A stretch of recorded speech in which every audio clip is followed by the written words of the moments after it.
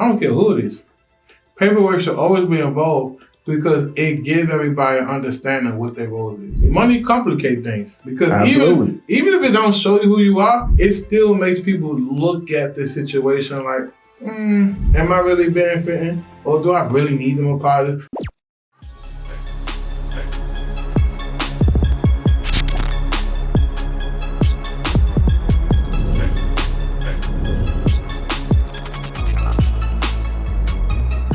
All right, bro. Let's talk about relationships for a second, man. To basically break down the difference between a business relationship, a friendship. Like, what's your feeling on the two? I think a business relationship is more transactional. There's less emotion involved.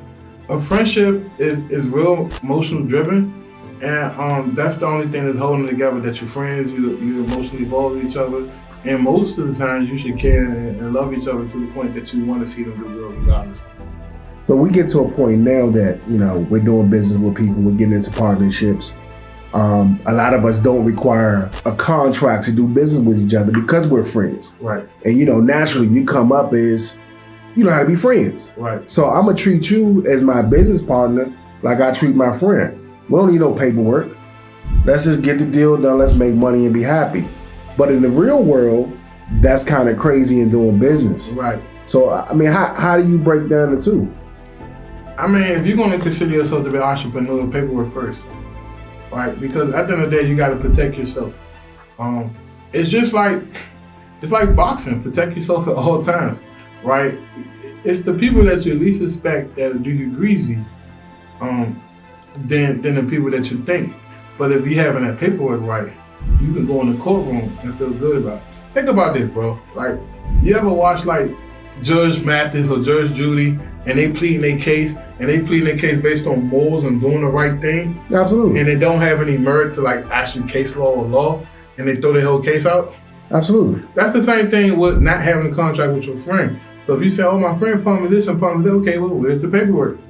And if that wasn't in the paperwork, then you usually get the short end of the stick. So I'm a big believer of putting the pen to the paper. It's not going to kill you, especially if the contract was written in a way that's favorable for both parties. So you saying this, even whether it's your brother, it's your mother, it's your sister, it's your auntie, you feel you should have paperwork regardless of who it is? I don't care who it is. Paperwork should always be involved because it gives everybody an understanding of what their role is. Sometimes, if you don't put something on paper and you don't actually have that uncomfortable conversation to talk about what it is, we all get confused with what we're supposed to be doing. Absolutely. So that's why when I can put myself in a situation where I'm doing business with somebody, I want to know, who am I in the situation? What value do you expect for me to bring to the situation? And do it make sense for me once you expect that? Because sometimes people can expect stuff, but it realistically don't make sense. So that's why I tell people, sit down, talk your business out, and deal with it. Why do you think a lot of rappers and celebrities get fucked over? Because they're not really too fond on the business side. I let my people, my manager, my lawyer handle that, and I just focus on my talent. And that's the wrong way of thinking. You got to be very understanding of your business. That's your business. Absolutely. So at the end of the day, in business, at least for me, I've been at it since 2013. There's no I didn't know. The minute you call yourself a professional, whatever it is, people are going to hold you accountable to that. So you got to understand that no matter if you're new, you semi-got experience, you don't have experience, you're just starting out, you still hold to the same accountability. Absolutely. It makes sense. But coming from where we come up, how we grew up, everything we did was based on a handshake. And our trust and our, they're loyal. They wouldn't do me like that. But money changes people. They say money shows you who you really are. Money complicates things because Absolutely. even if it don't show you who you are, it still makes people look at the situation like, am I really benefiting, or do I really need them a part of this? Or some people gas themselves up. I don't need them. They need me. Or I can do this shit by myself. Or they not really doing nothing. Or why am I paying them?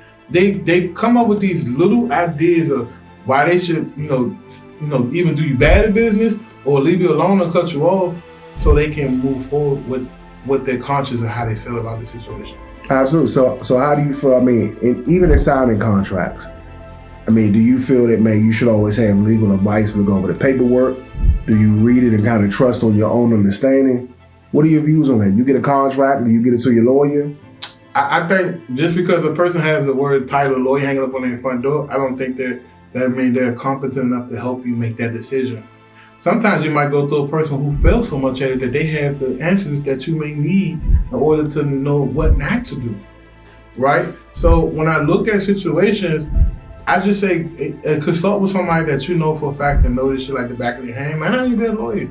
It may be an uncle or a friend that, let's say, for example, you and your friend you want to partner on a trucking company, and my uncle Willie owned 10 trucks for like 20 years. He just got the business 2 years ago.